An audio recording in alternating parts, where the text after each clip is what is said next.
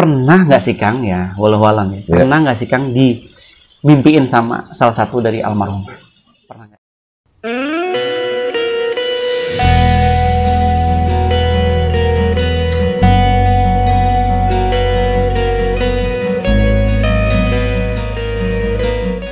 Keluarga juga.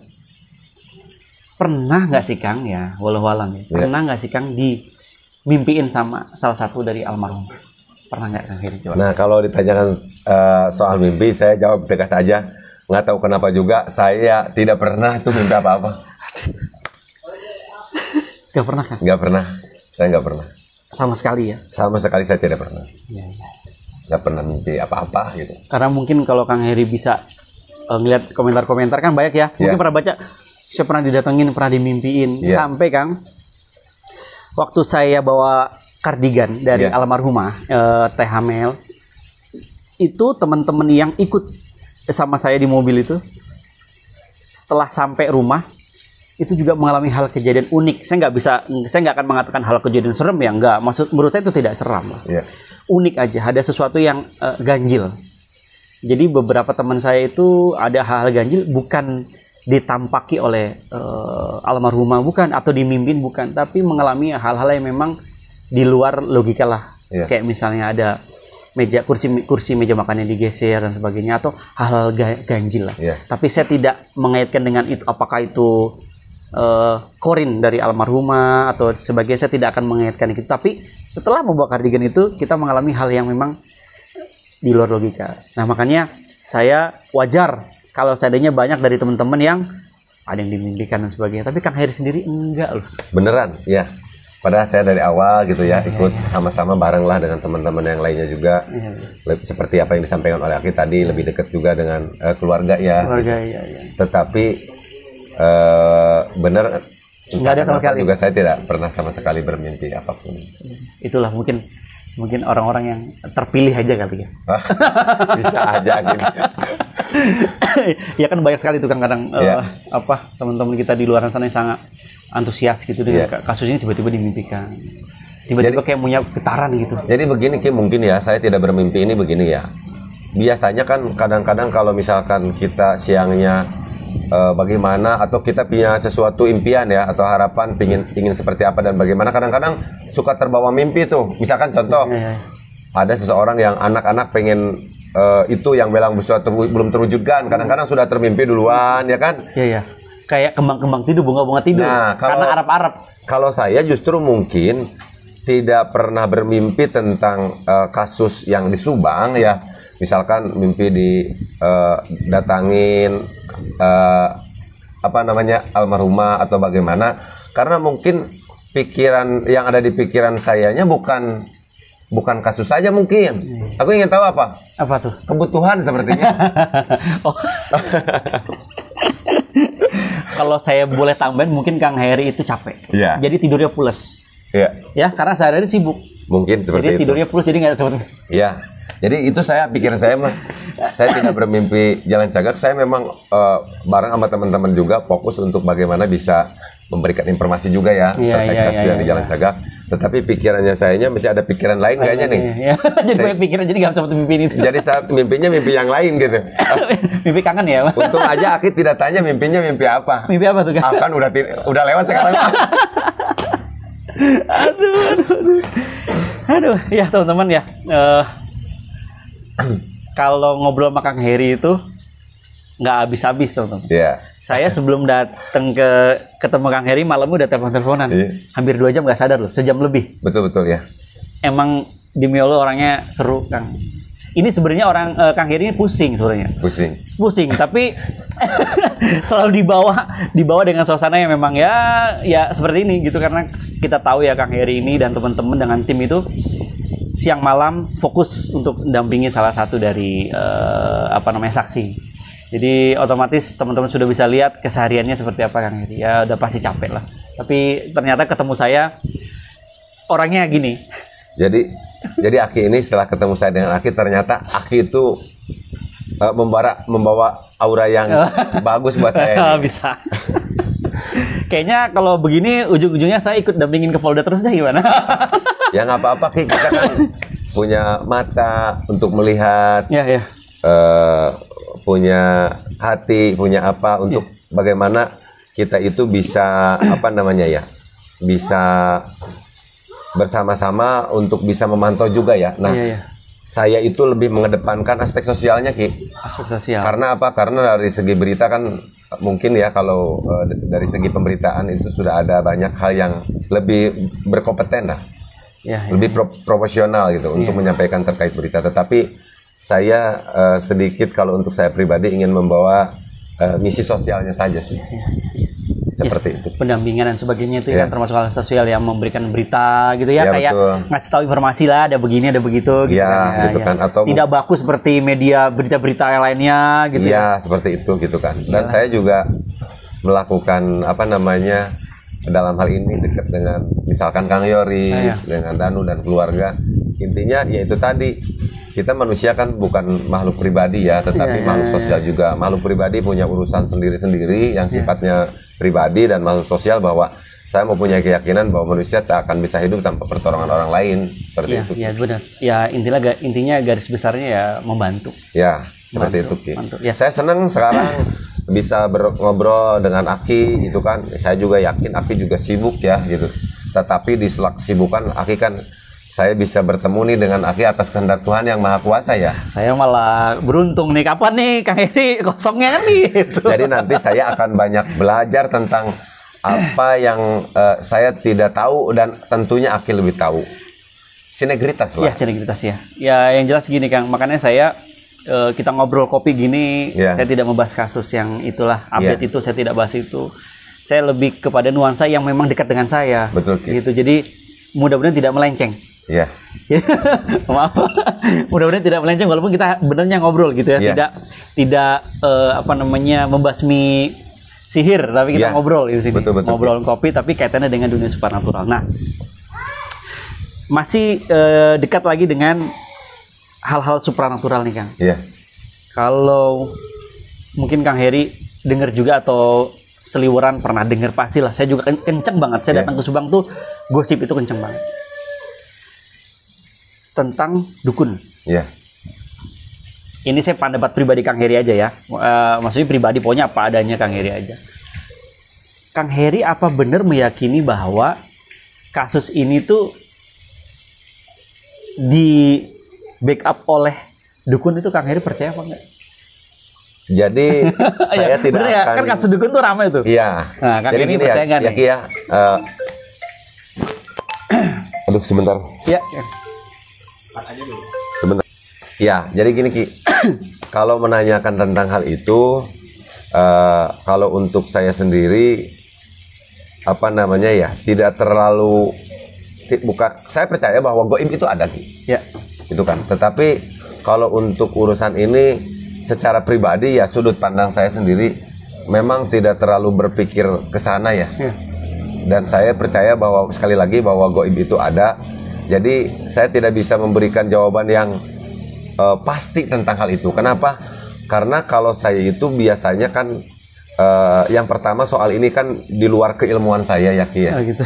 Yang penting saya tadi katakan sama Aki bahwa begitu saya datang ke sana lewat atau bagaimana, saya merasakan aura yang tidak biasanya saya rasakan. Ya kan? Nah, kalau untuk mengatakan ada kaitannya sama dukun, saya tidak bisa menjawab itu dengan jelas ya. Jadi dari jawaban awal saja mungkin Aki kan sudah bisa menebak lah. Walaupun memang saya katakan tadi bahwa jawaban yang saya tadi merasakan tangan berbeda juga ya. Itu entah karena apa gitu. Entah sugesti, entah benar apa ada gitu. Tapi kalau nih saya ngomong persentase aja deh. Kira-kira dukun itu benar ada atau nggak, persentasenya berapa persen buat feeling Kang Heri? Persentasenya ya? Ya maksudnya bener nggak sih dukun itu memang melindungi kasus ini? Keyakinan Kang Heri itu berapa persen kaitannya dengan kasus dengan masalah dukun itu? Oh, kalau dilihat dari persentase seperti itu ya 50-50 lah. Aman. 50-50 aja lah. Oke, terima kasih Kang Heri. Nggak apa-apa lah, itu kan dari hati ya jawabnya. Karena kenapa Ki? Karena gini ya. Kalau yang namanya orang yang melakukan kejahatan yang menurut kita semuanya juga kan sangat keji ya. Jadi berbagai macam cara dia lakukan. Nah, dan ada kemungkinan itu juga gitu ya. Iya, untuk membentengi dirinya kan. Iya. Nah, tapi saya katakan 50-50 karena saya tidak memiliki kajian ilmiah tentang itu gitu loh. Ya kan? Oke. Ya bisa saya terima lo gitu. Nah, terima kasih jawabannya Kang Heri. Jadi masih lanjut lagi agak sedikit nih, agak sedikit nggak dekat dengan hal supranatural. Nah,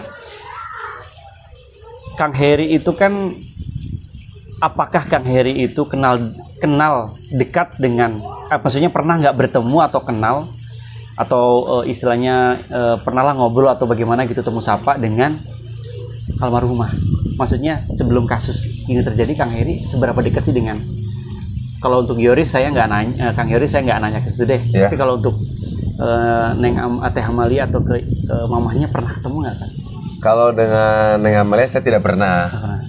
Kalau dengan ibunya juga saya tidak pernah, gitu kan. Nah, tapi kalau Yoris kan tadi tidak ditanyakan. Tanya. Kalau dengan papahnya dalam hal ini Pak Yosep saya kenal juga. Sebelum kasus ini?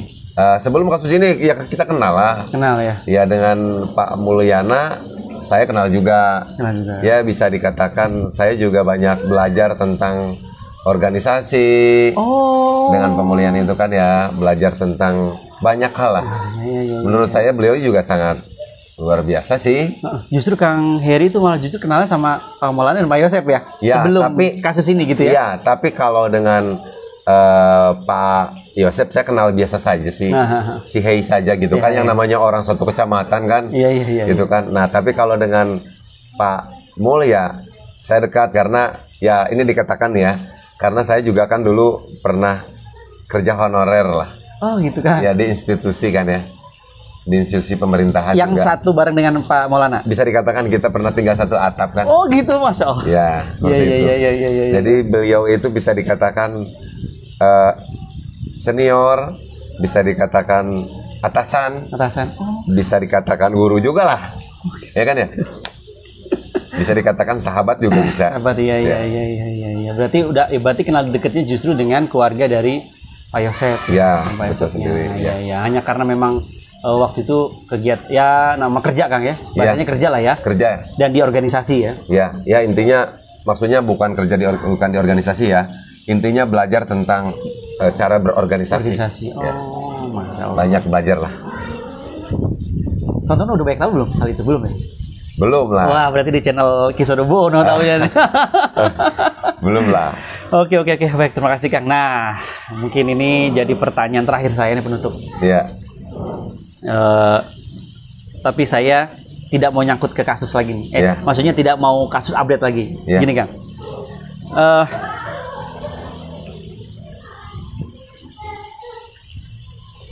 Banyak nih. Aduh, tapi ini kayaknya nggak akan dijawabnya sama kayaknya. Tapi nggak apa-apa lah, coba saya tanyain deh. Ya, iya dong. Saya dengar kabar nih Kang Heri nih, bahwa ini baru kabar aja, selentingan. Setelah dari terjadi kasus tersebut, banyak cerita mengatakan bahwa orang-orang tuh nggak betah lama-lama di TKP. Ya. Orang-orang tuh merasa kayak gelisah lama-lama di TKP. Bukan karena ada terjadi kasus pembunuhannya. Memang tempat tersebut itu nuansanya sangat kuat hal ganjilnya gitu. Ya.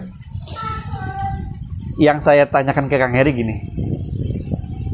Kang Heri kan waktu itu ngikutin lah kayak proses penyidikan dan sebagainya gitu ya di situ. Kang Heri ngikut juga nggak sih di situ? Maksudnya saat polisi datang ke TKP gitu, terus ya melakukan proses olah TKP, terus Kang Heri meliput di situ kan? Iya. Nah, ini saya mau tahu pembenarannya nih. Jadi biar nggak ada maksudnya pembenaran dari orang yang memang datang ke lokasi TKP yang sangat lama, bisa dikatakan lama dong Kang Heri di sana. Saat olah TKP memberikan berita gitu kan ya. Kang Heri merasakan nggak betah juga nggak sih di lokasi? Kan itu pada saat itu pasti siang dong? Iya, siang. Siang ya. Kira-kira Kang Heri ngalamin hal itu juga, kayak merasa nggak betah atau nggak nyaman gitu nggak? Ya ini kita perlu yang kita garis bawahi dulu nih ya. Karena pada saat kejadian yang saya tahu juga kan itu langsung dipasang polis lain ya. Oleh pihak kepolisian Polres Subang mungkin ya gitu kan. Nah kita kan dari ya anggapnya kita orang media aja pada saat itu kan, berpikirnya kan kita karena yang menginformasikan kita ingin mencari gambar, mencarikan informasi tentunya sesuai fakta di lapangan ya. Nah memang kalau untuk saat itu masih ya intinya kan kita sesuai dengan kebutuhan saja ya. Selesai kita mendapatkan informasi yang hari itu ya kita selesai sudah saja gitu kan. Cuman ya memang kalau untuk saya sendiri, saya tidak tahu ya untuk orang lain karena Aki untuk menanyakan kepada saya sendiri bahwa saya memang tidak betah lama-lama ya. Dan tidak betah lama-lama di sana itu banyak hal juga ya. Ya salah satunya merasa risih aja gitu kan. Kan apalagi ya memang waktu itu kita beraninya aja karena banyak orang juga kan. Nah, kalau misalkan lagi situasi sepi mah istilahnya saya juga lewat juga kenceng-kenceng aja gitu loh, maksudnya seperti itu gitu ya.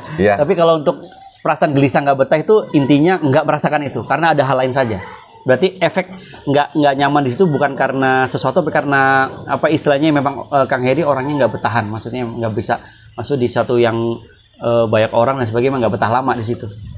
Iya, memang saya karena itu ya. Jadi normal itu, maksudnya memang saya menanyakan hal logika saja. Hal logika saja. Jadi karena kan konten saya ini nggak selalu melulu apakah benar itu kejadian supernatural. Kalau seandainya enggak, ya saya bilang enggak. Jadi kan konten saya mengedepankan itu edukasi.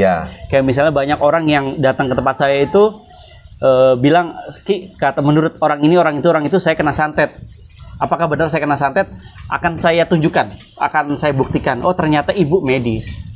Kan ya itu normal. Jadi makanya saya nanya gini untuk sebagai penutup gitu, bahwa ternyata banyak hal yang memicu kita untuk mengalami suatu ketidaknyamanan atau ketakutan dalam konteks tempat tersebut angker. Itu banyak hal pemicu. Banyak hal ya. Jadi nggak melulu semua itu hal goib. Atau karena memang tempat tersebut terjadi sesuatu yang mengerikan. Tapi bisa jadi adalah karena kebiasaan, karena juga karena istilahnya orangnya memang jadi bawaan diri, kebiasaan diri itu, karakternya memang. Jadi macam-macam orang. Jadi nggak melulu itu ada kaitannya dengan hal goib. Bisa jadi karena sugesti yang paling utama. Jadi dari kesimpulan kita ngobrol gini, jangan melulu kaitan dengan mengaitkan sesuatu dengan yang goib-goib. Betul Ki. Jadi nggak melulu itu semua kejadian yang ganjil-ganjil itu karena goib. Karena akan banyak sesuatu yang istilahnya berefek yang terjadi bukan karena goib gitu. Jadi kayak yang tadi kita bicarakan lah itulah. Mungkin teman-teman bisa memberikan kesimpulan tersendiri bahwa kasus Subang ini kita harus berpikir bahwa goib tidak terlalu istilahnya menyelimuti kasus ini, benar nggak Kang ya? Itu gitu ya. Goib itu tidak terlalu menyelimuti kasus ini, tapi yang jelas ada kemungkinan itu ada. Kalau saya ada Ki, Jadi ada kemungkinan itu, tapi ya saya ingin berikan edukasi bahwa tolong berpikirnya selalu mengedepankan logika dulu, baru kalau logika kita sudah tidak nyampe, ya udah kita pasrahkan, dan mungkin kalau ada kejadian hal-hal yang kaitan dengan supernatural, kita kembalikan kepada orang-orang yang memang ahli saja. Jadi salah satunya adalah Aki nih. Untuk terus mengawal ya. Saya sama Kang Heri aja berarti begitu. Oke teman-teman ya, mungkin obrolan warung kopi, kopi-kopi kita mungkin kayak gitu, jangan juga dianggap serius juga nih Kang ya. Maksudnya jangan sampai jadi membawa lari pemahaman ke hal-hal yang kurang baik juga. Kita hanya ngobrol-ngobrol karena kita baru ketemu. Betul Ki. Dan kebahagiaan kita ini mau saya berikan juga ke teman-teman. Pokoknya mah dengan datangnya Aki bisa berbincang seperti ini, saya ucapkan terima kasih ya sekali lagi. Tadi kan saya bilang Aki ini membawa aura positif buat saya nih. Amin. Sehingga saya sekarang bisa tersenyum nih Ki. Terima kasih Ki. Ya teman-teman, ini baru ketemu aja nih Ki. Belum nanti yang lainnya ya. Apalagi udah sedikit sama Aki ya. Ya kayaknya saya mau ngekor terus nih. Wah, sama Kang Heri nih. Saja kita. Oke teman-teman, para penjaga alam dimanapun berada, mungkin cukup sekian kebahagiaan yang kita bagi ke teman-teman. Untuk selanjutnya saya akan membagi kebahagiaan lainnya dengan Kang Heri dan teman-teman yang lainnya. Mudah-mudahan apa yang saya tampilkan ini ada manfaatnya. Amin. Apapun yang kita bicarakan tadi tidak ingin membawa atau istilahnya membuat atau bahasa lainnya kita ingin teman-teman percaya dengan apa yang kita bicarakan. Ya. Tapi mudah-mudahan kalau ada hal baik ya monggo silakan diambil. Kalau ada hal jelek ya silakan ditinggalkan. Buang aja jauh-jauh ya. Buang jauh-jauh. Mudah-mudahan ada pembelajaran dari konten kita kali ini. Terima kasih teman-teman sekalian sudah nyimak. Kang Heri sehat terus. Sama-sama Ki. Salam dengan teman-teman yang tim kuasa yang tetap mendampinginya dengan ikhlas. Siap. Nanti saya akan sampaikan kepada Pak Tofat terutama. Terima kasih banyak dan teman-teman juga terima kasih banyak. Cukup sekian. Tetap fokus dan jangan lupa berdoa sebelum melakukan bepergian agar kita selamat sampai dengan tujuan. Wassalamualaikum warahmatullahi wabarakatuh. Waalaikumsalam. Terima kasih Ki.